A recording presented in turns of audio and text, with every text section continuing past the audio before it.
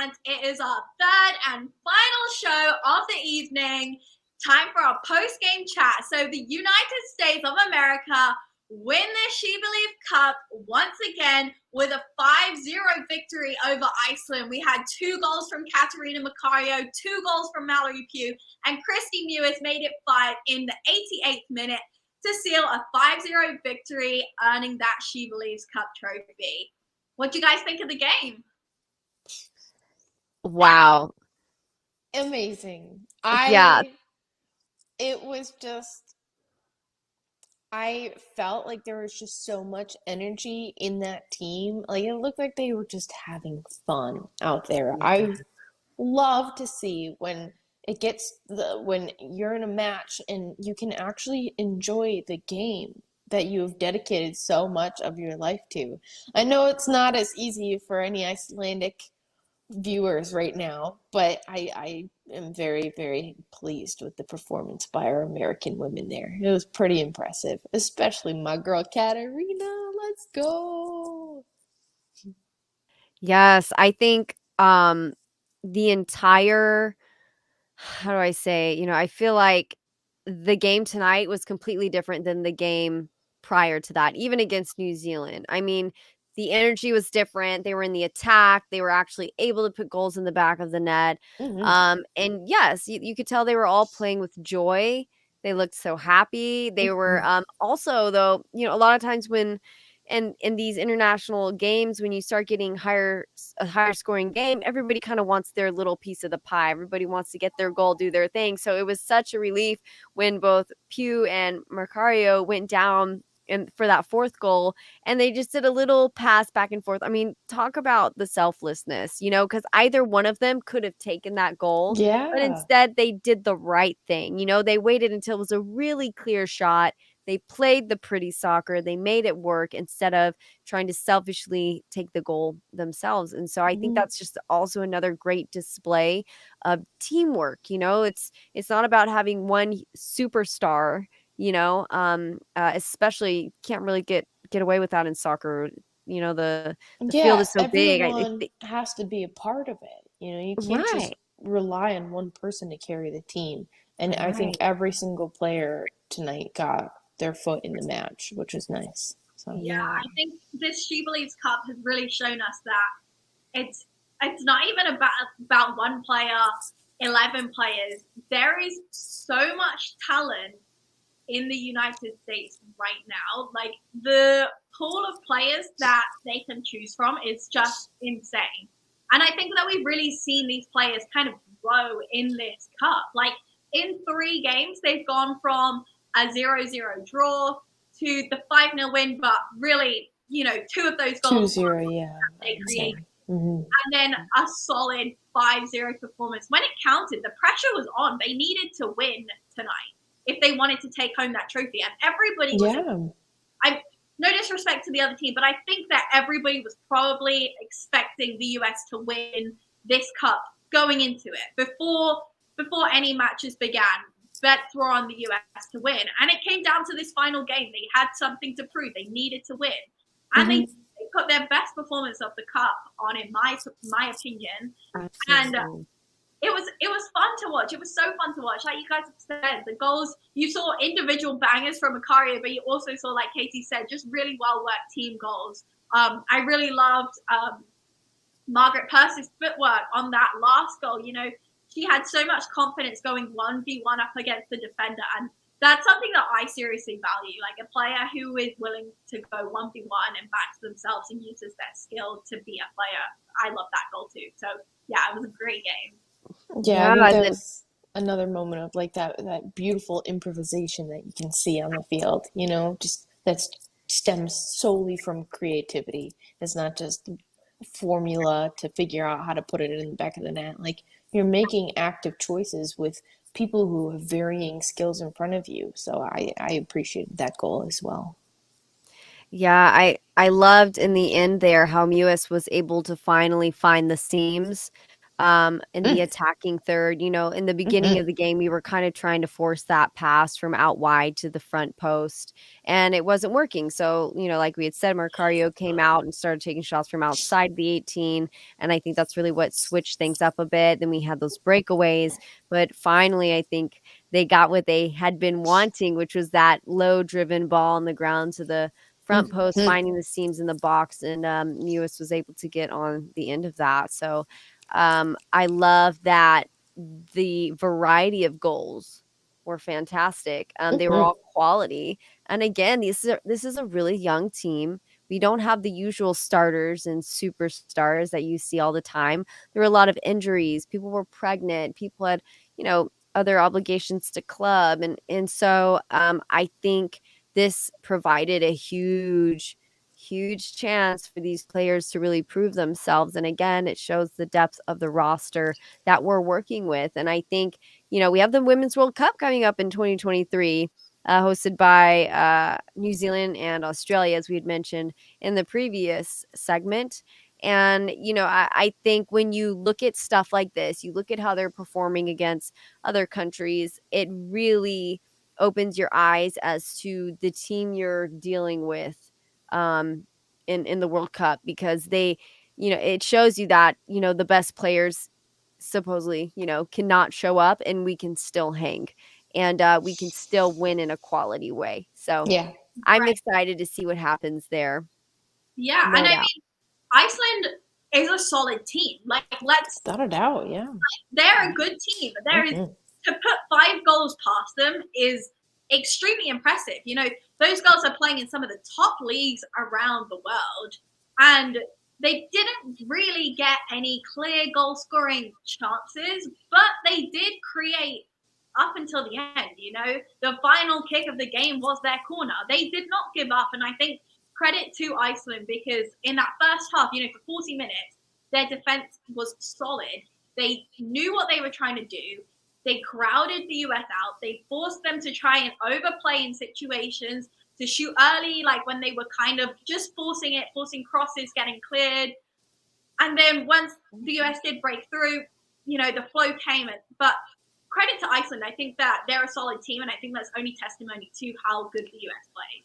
Yeah, Megan, I wanted to ask you, so like one thing that I noticed is that toward in the second half and kind of like at the end of the first half as well, we didn't really see a lot of structure out of the Icelandic team.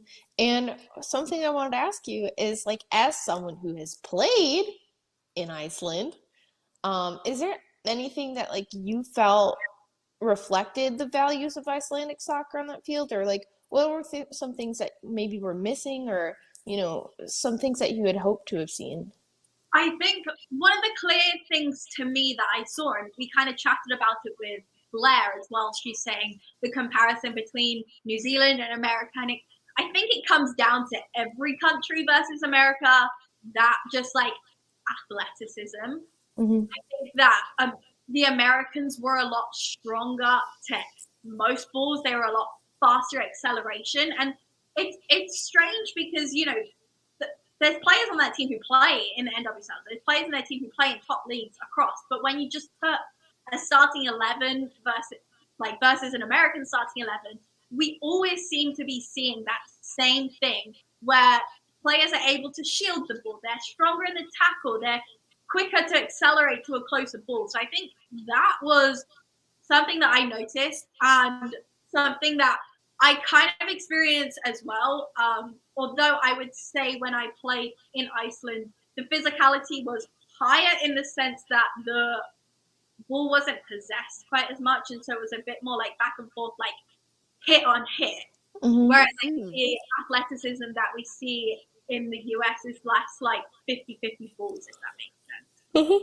I see. In terms of Icelandic, it's getting late, guys. Yeah. It's 11:30 where I am. Dang, it's a party for you then, Harlie. In terms of what I want to see more of from the Icelandic team is possessing the ball. And that's something the team that I played on was constantly trying to work on, is building up that play, switching the ball, switching the point of attack, and building through the thirds. And I think as long as Iceland continues to work on that, and I'm sure that they are, I think that they will continue to grow at the international level. Yeah, definitely, no doubt. I mean, you're right. They definitely kind of put us on our heels for a minute there. You could see we got a little frenzied. We were starting to force passes, take, big clears and big shots. And even the cat's ready. The cat's like, nope, it's time. It's time to go to night-night now. Yeah. Oh my goodness. So which of the new US players do you think is a lock for July? Sanchez, Cook, and Fox impress the viewer. It's a great question. I mean, I totally agree with Emily Fox. I think that her performance on the outside back there was just like really tremendous. And as we commented on before, it's like if she can manage to gain possession and then maintain possession, I think her game is going to change completely because she's a great defensive tackler. Like she can clearly figure out how to get the ball off of someone's foot. What she chooses to do with it afterwards is where we get into a little bit of like a gray area. So, seeing that I would be really impressed with. Yeah, Sanchez also did really great too. She really made her presence known quite a few times. There was a point where she made a half field run to put pressure into the final attacking third for Iceland, and then had to track back on a player, which is about another half field run. And you could tell she was tired. You could tell she had to take her a few moments. She was able to track that player and divert her and did her job. And then after that, there was a time where she had to run back again and apply some of that pressure. And thank God she has youth on her side because I don't think a lot of those older players would be doing that.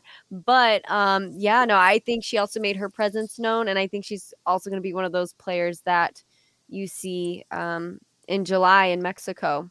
It's going to be absolutely. July 4th to 18th, by the way. That's the CONCACAF qualifiers. So it's not far away, only 5 months away. And yeah, and of course, I think you're definitely going to see a lot more of Mercario involved after her performance tonight. It was hard to ignore. Goodness. Yeah, like they'd be crazy not to. And she's also from Brazil, and she just barely was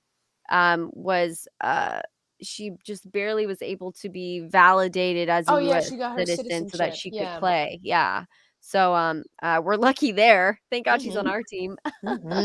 She's great. Yeah, she's really good. You've still got Trinity Rodman, didn't feature tonight, but another young talent that seriously exciting. And for me also Purse, I'm really excited about her. I think she's gonna be a really dynamic element.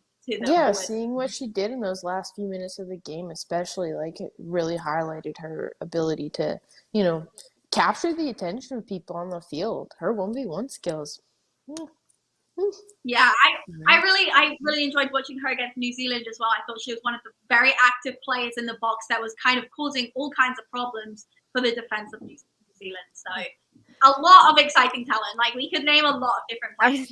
I was just gonna say Pew, like she's made herself pretty obvious as well the last couple of games. Always getting points on the board. Yeah. They need to include her just for the last name alone. And we're naming off all these players. They're supposed to name an MVP of the game. And apparently fans were able to vote on this as well. I have no idea where. I looked on the website, but apparently fans were able to put in their vote as well. So I'm curious to know who got that. We weren't able to, find that out until or at least we weren't able to find that out prior to the show. So I'm gonna have to ask if you had to name one MVP, or did they announce it? Did they? Who is it? I now want you guys to name your MVP, and I will reveal to you who it is. Okay. Yeah. Here we go. Let's see. You take I'm gonna have to go with Mercario. I think those goals were insane.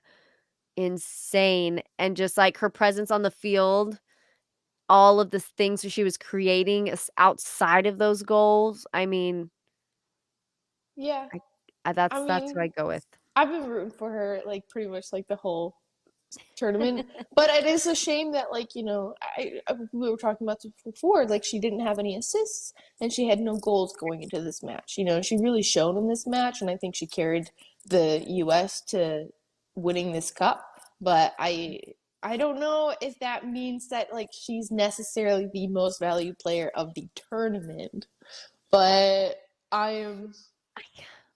I'm a little partial on this. I'm gonna say Katarina anyway. Okay, if you had to choose. Oh, if I had to choose? Yeah, it's gonna be Katarina. Okay. I can confirm. I know the lighting is probably terrible. You see that, Katarina? Yeah. There you go. We knew it. We been knew. We called it.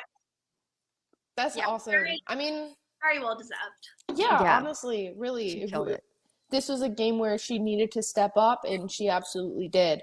She was patient, and she was confident, and she created opportunities that would not have happened if she wasn't on the field, in my opinion. Like, she's just, I love her creativity and her willingness to take literal shots, you know? Literal shots. Yep, exactly. You nailed it right on the head. You know, like I think that I think that these are the moments like that you've got to step back, especially as a coach, and reevaluate who you're putting where and in what position. And just I think it's easy to forget that like your bench is so deep, you know, that like these players can come in and really make a difference. So yeah, I think we're going to have a really great team moving forward. I'm so excited for the World Cup. I know last year in the Olympics, we were kind of questioning things. Like we were really struggling to, cohesively transition into the attacks, things like that. A lot of that came from our bench depth, where just like, again, we were resting on our laurels and just kind of expecting our experienced players to produce the same result again and again and again and again without actually developing your younger team. And now we're finally seeing those pieces falling together where they should. And so, I'm super excited for the World Cup, which we got a whole lot of qualifiers coming up for. Oh, yes. Yeah. Yeah, I think April's going to be a big month for that. Like a ton of games. I think like you'll see Sweden and Turkey and Bulgaria and Serbia and Israel. Like they'll all be playing in April. It's going to be awesome. Yeah, it's going to be good. We'll be covering all of that because here at our cover tea, we want to bring you everything WOSO because we know how difficult it can be sometimes. We were literally sat, us three, with me holding up my computer so everybody could see the screen because basketball ran long. So we feel you guys. We know the struggle of trying to watch WOSO, and that's what we're here for. We're here to promote the sport, to give you all the information, the latest news, the places you could try and hopefully watch things. And we really hope that you enjoyed the shows tonight. It's been so much fun to cover the game live, to bring you 3 different shows. We had Blair on at halftime. That was awesome to speak to her. So thank you, everybody who's been joining us this evening. Yeah, and thank you to everyone who has experienced so much of a cat tonight. I'm so sorry. Yes. Thank you for bearing with my feline issues. It's fine. Cutest catio ever. And thanks for everybody who sent in questions and mixed it up a bit and made things really fun. So that's what it's all about. Absolutely. And I'm looking forward to March, where we are going to maybe drop the theme of what we are covering. I've been pushing for this for a while now. I'm excited to be talking about it.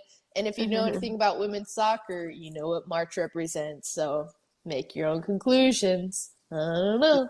Do a little Google. What is the month of March about? So there you go. Got coming up for you. We love to hear from you. We love getting involved on Twitter and speaking to you guys. So tweet us what you think we've got coming for March. And we will probably be going back to bi-weekly shows, just a heads up for you guys. So no show next week. Yeah. But you guys had 3 shows tonight, so that should last for a while, right? Hopefully that quells any hunger for women's soccer conversation. Very true. But I think with that, we are ready to wrap up this awesome Wednesday, this awesome February, relaunching our cup of tea. We have absolutely loved being with you guys every single week throughout this month, providing you with the best, the latest, the greatest in WOSO, and stay tuned for lots more content. Thank you, everybody, for watching. Thanks, y'all. Bye.